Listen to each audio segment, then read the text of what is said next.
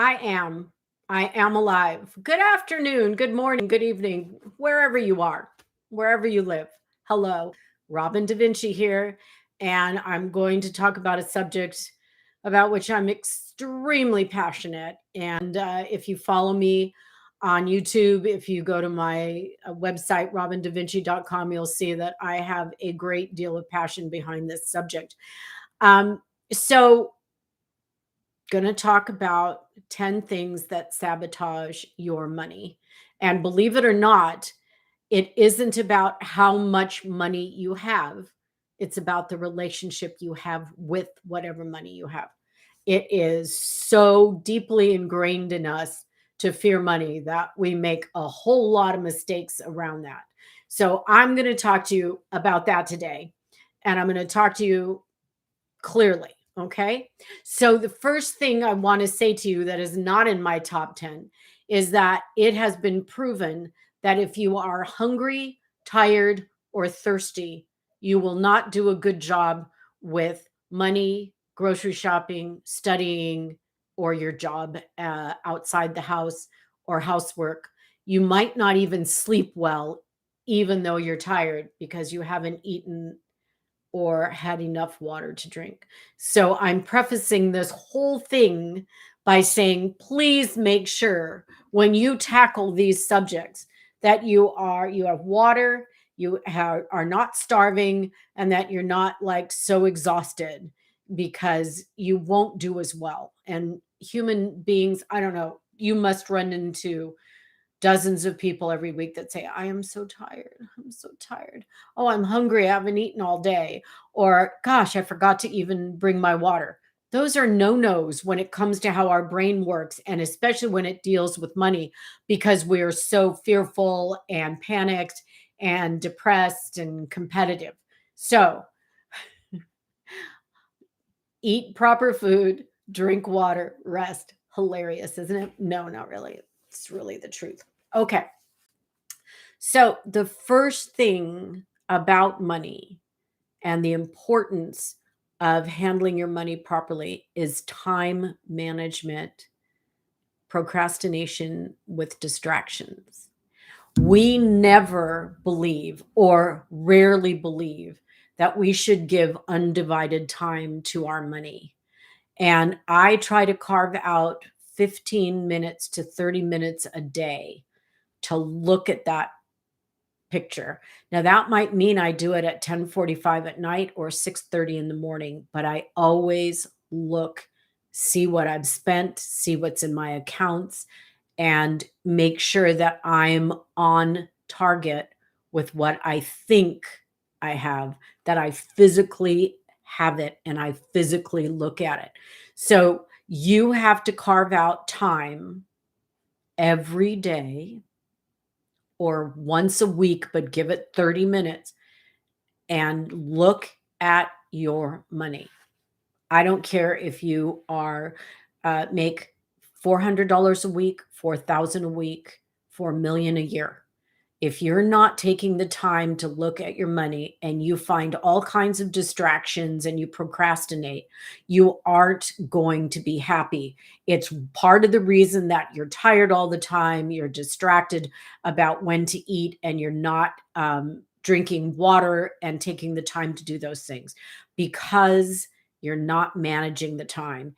If you can honestly tell me, Robin, I don't have 15 minutes a day, then you are not managing your time well. Everybody has 15 minutes a day to look at what their money is doing or not doing. So, 15 minutes a day, 30 minutes a week, I'm not budging on that. 15 minutes a day is the absolute ideal time to get a grip on what's gone through your accounts, what did you spend during the day, where did your cash go? So, time management to get that 15 minutes in. Get that 15 minutes in. It's going to change your life. You're going to sleep better. You're going to be better off knowing. Okay. The next thing is you're not prioritizing your money as part of your daily life. When you prioritize, easy for me to say, when you prioritize and you put money in your schedule, And just like you get your kids to school on time, you get to work on time, you've got things you have to do by noon, things you have to do by 3, items you have to pick up, stuff like that. When you put money in your schedule, and I mean really get it in your schedule, you will give it the time it deserves. You do not go, oh, and blow it off. If you can't blow off picking up your kids from school, or you can't blow off getting this project done for your boss, you can't blow off looking at time and money and prioritizing that. Time is money. Money is time. They just go together always. They always do. If you don't prioritize time in your day to look at your money, you're going to fail, and it's going to eat away at you. So then what that does is comes to the third thing, number 3, tracking the money once you prioritize the time and once you manage your time. So you're going to manage your day, you're going to stick and time in there, you're going to prioritize the time to look at your money, and then you're going to physically look at it and track it. You're going to say to yourself, oh, I spent $170 on groceries. I need to pay my rent in the morning, get the checks written or get it paid online, however you do it. Stay ahead with your time and your money management. Stay ahead. As soon as you start to get behind, all those human things that we do, the panic and the fear and the all that start to play into your what you would consider a failure. You will go to bed at night going, God, I failed again today. I didn't track my money. I didn't prioritize my time. I didn't fit it in. No, you can. It takes the discipline. I know. I know it's hard, but once you get it in your schedule, if you physically have to write a schedule that says, wake up at 6:30, eat breakfast at 7, check my bank accounts at 7:30, get the kids to school at 8:30, get to work by 9. If you have to write that down and check it off, that's what you do. Do you know the brain works better when you take the time to do those things? So now you've got 3 tips, right? Time management, no distractions, stop procrastinating about your money, get your priorities in order, and get that check on money in your schedule somewhere during the day. And then once you are sitting with it, physically track it. Don't just look at it, go, oh, wow, I spent $300 today. I spent $700 today. How am I going to pay for that? Oh, I know this will work. And then when you go to bed or when you wake up, you will have a sense of being in control of that. And that's so much what happens with money. The biggest depression, the most upset you get is when you feel like you're not in control of your money. And I know it's true. I know it's true. I have been broke in my life. I was divorced with 3 little kids. Believe me, I know. I know what it feels like. And I had to do this. So I've done it. Okay. And I am a full charge bookkeeper and have been probably since birth, but I am talking straight talk to you. So I don't have any BS in my speech. The next thing you have to do when you have money is communicate with every single person in your life that interacts with your money. Lack of communication is another one of the big mistakes we make. You sit by yourself in your little world and you fret about the money. Nobody knows what you're going through. People don't know to help you. People can't reach out. You don't reach out. So no one's communicating. No one is communicating, and not communicating your place in the world, your money place in the world harms you. So what we do is we make a little box and we sit in it. We say, I can't tell anybody about this. I don't know who to share this with. I'm really this, I'm really that. And the people involved with your money don't know. If you have a big family, if you are living with partners, if you have roommates, you need to express what you're doing. You need to make sure they're on board with you taking time to look at your money. And you say, well, it's nobody's business. I'm not saying that you spell out everything you're doing with your money to anybody, obviously, but I'm saying that you say, you know what, guys, I'm going to go to bed in a little while, so I'm going to go on the computer and review my situation. I want to make sure when I wake up in the morning, I know where I'm I'm at and where I stand with my money.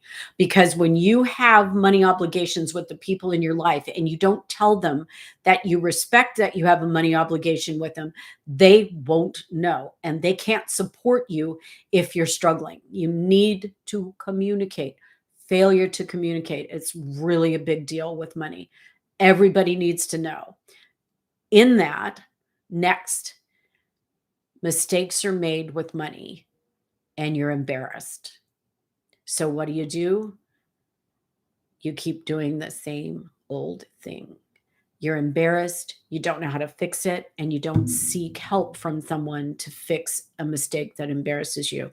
Let's say you loaned money to someone, you got conned into it, you gave them money, and you never see them again, or they won't pay you, or they say they can't and then they lie to you and then they never bring you the money, or you borrowed money from your parents and you promised to pay it back and you can't, and instead of talking to them you avoid them.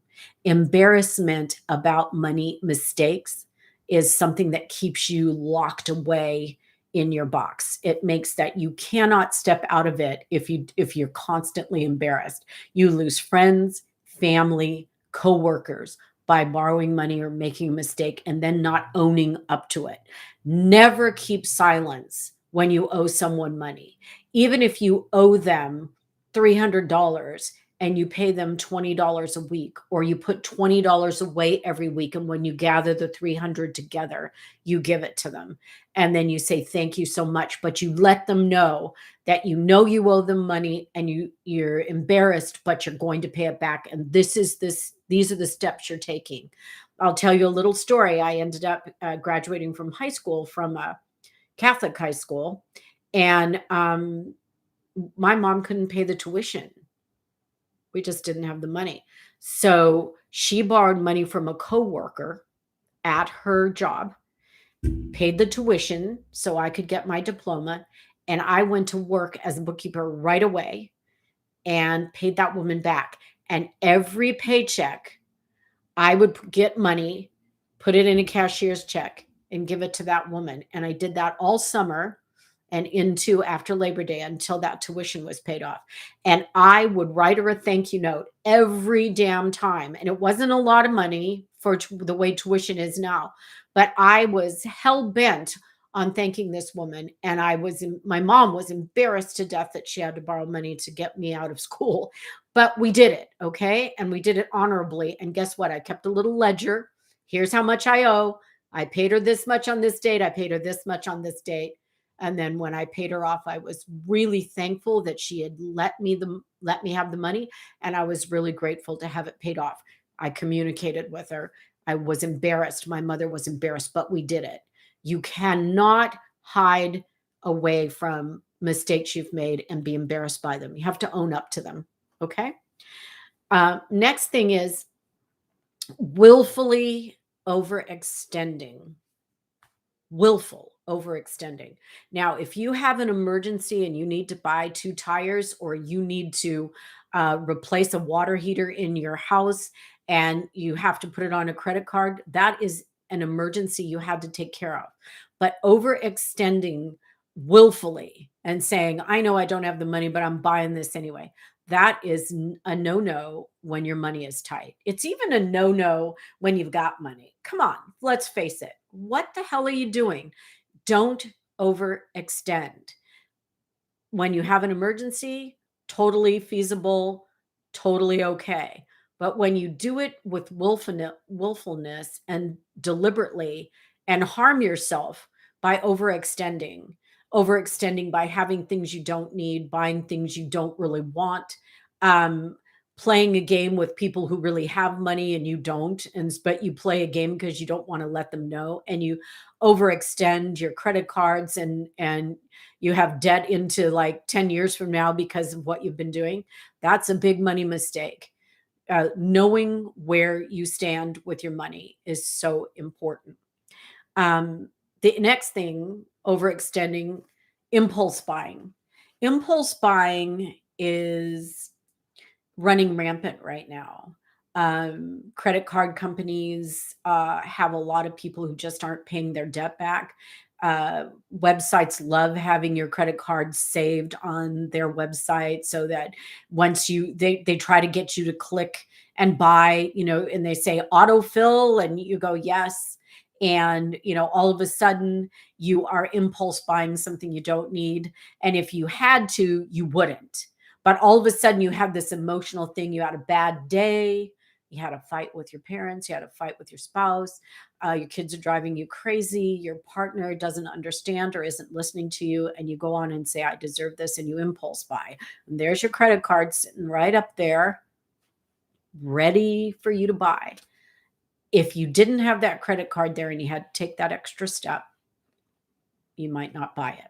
So impulse buying, another thing that ruins your money life. It just ruins it. Finances are about planning. So then, going in line with some other things, always competing with others. I'm not talking about that occasional time that you compete with someone and say, oh, you just went out and bought that purse. You know what? I'm shopping with you. I'm going to buy that purse too. And then you go home and you actually need a purse and you spent too much money. If that happens once a year, hey. But if you're constantly in competition when it's out of your league, you're making a money mistake. You can't compete. If you can't compete, own up to it. Say, I can't compete. And who is driving you to the competition? Do you have an older brother who's like amazing and just has money coming out of his ears? Do you have a friend who's from a wealthy family and so they get to do everything, and you kind of tag along, and you want to encourage them to know that you want to pay your way, and then you're in a league that you don't belong in? Why can't you just say, I don't belong there? Why? You're embarrassed, all those other things. But stop competing. Are your parents making you competitive? Sit down and say, I know my sister does this, as an incredible lawyer, or she's like got her own business and it's sailing right now into, high finance. I'm a teacher. I don't have that kind of money. I love my job. I can't compete with my sister. I feel like you like her better because she makes money. Stop competing. Honestly, honesty is better than competition. You just say, I'm not competing with you. I am not competing with you. Learn to say that. I'm just not going to get in a league where I don't belong. It's okay. It's okay. You make $15 an hour. You're a good person. You're making your life work. You don't have to compete with someone who makes $150 an hour. Not necessary. Not necessary at all. Okay. So next, no follow through. You know what that means? You say something, you say you're going to do something, you say you're going to go look at that budget, you say you're going to take your credit cards off the website, you say you're going to get it in the schedule, all of those things, but you don't follow through. You don't have anything in your life that says, hey, bonehead, did you do that? Hey, good person, did you do that? Hey, forgetful, did you do that? Hey, slaps you on the head, and says, did you follow through on all those promises you made yourself? No follow through means no success. Every successful person I know follows through on a promise, on a task, uh, in life in general. They follow through. They wake up and say, okay, what do I need to get done today? And at the end of the day, they assess and they say, ooh, I missed that one. First thing tomorrow, that's first on my list. And they follow through. Even if it's to get help, even if it's to buy a software that will help you manage your time and money, no matter what it is, are you following through? Oh, I need a haircut. Oh, I need my teeth worked on. Oh, I need to get my kids into the doctor for their checkups. And then it just goes on for months and you didn't do it. And then you go, oh, I forgot. I didn't do it. Where's your follow through? That's all part of managing your money. Follow through. Follow through on the promises you make, even if no one hears that you've made the promise. If you say to yourself, I am going to stop buying that product and I'm going to start eating better. And then you say, and I'm going to start tomorrow. And then tomorrow comes and you go, oh, the next day, the next day, the next day. And then you never do it. You go, oh, if you say it out loud, someone's going to expect you to do it. So if you're not following through, nothing's going to work. You have to follow through. Oh, I know. I'm going to prioritize my time. Did you follow through? Oh, I know. I'm going to talk to my parents about the competition with money. Did you follow through and do it? I know I'm going to stop telling lies about my finances. Did you follow through and start telling the truth? Quietly, carefully, did you stop guessing or lying or keeping secrets? Have you stopped doing that?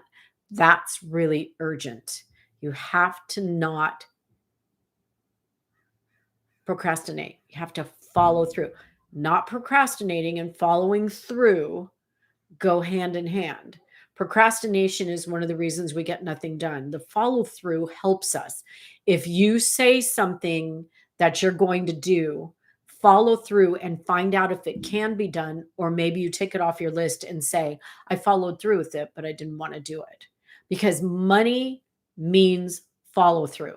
Money, when do you get your money? Where does it go? How is it spent? Who is impacting that with you? It warrants follow through. It begs for follow through. So you have to follow through. And with that, you got to stop guessing. There's no guessing anymore. Get it under control. You'll feel better. And then my last one before I sign off, fear. Take a deep breath. Everybody is so afraid. Every day people wake up afraid. Fear is a big, big deal when it comes to money. Fear will kill you because you'll always be behind the eight ball. You'll always be second guessing yourself. You'll always feel like you can't get it done. And fear will stop you in your tracks. From all the other things I've mentioned, fear will do it. And guess what will open up and get rid of that fear? Doing the other 9 steps that I've given you today. That will stop so much of the fear. Fear really stops us from doing a lot of things, but it really is the major contributor to money failure or success. If you're less fear driven, you're more action driven. When you're very fear driven, you're sabotage driven. When you self sabotage, that means I see the light at the end of the tunnel, but I'm going to put weights around my ankles so that I can't go to the light. I can't reach it because I'm fear driven and I'm going to sabotage that success that's right over there. Right? I mean, if you go back with what everything I've said today, you'll go, oh, how many categories did I fit in? I know. I've been there. I've worked through all those things. And I'm telling you, I'm giving you this advice so that your life can be better. So again, Robin Da Vinci, robindavinci.com. Like and subscribe. Follow these 10 things. At least pick out a couple and start time management, tracking your money, those kind of things. If you want money success, follow what I'm saying. If you want to continue with this money sort of mishmash and failure and mess, don't listen. But I'm encouraging you to follow through. Stop being fear driven and get that money under control. Thank you so much. As always, I'm passionate about this subject. I bet you can't tell. Thank you.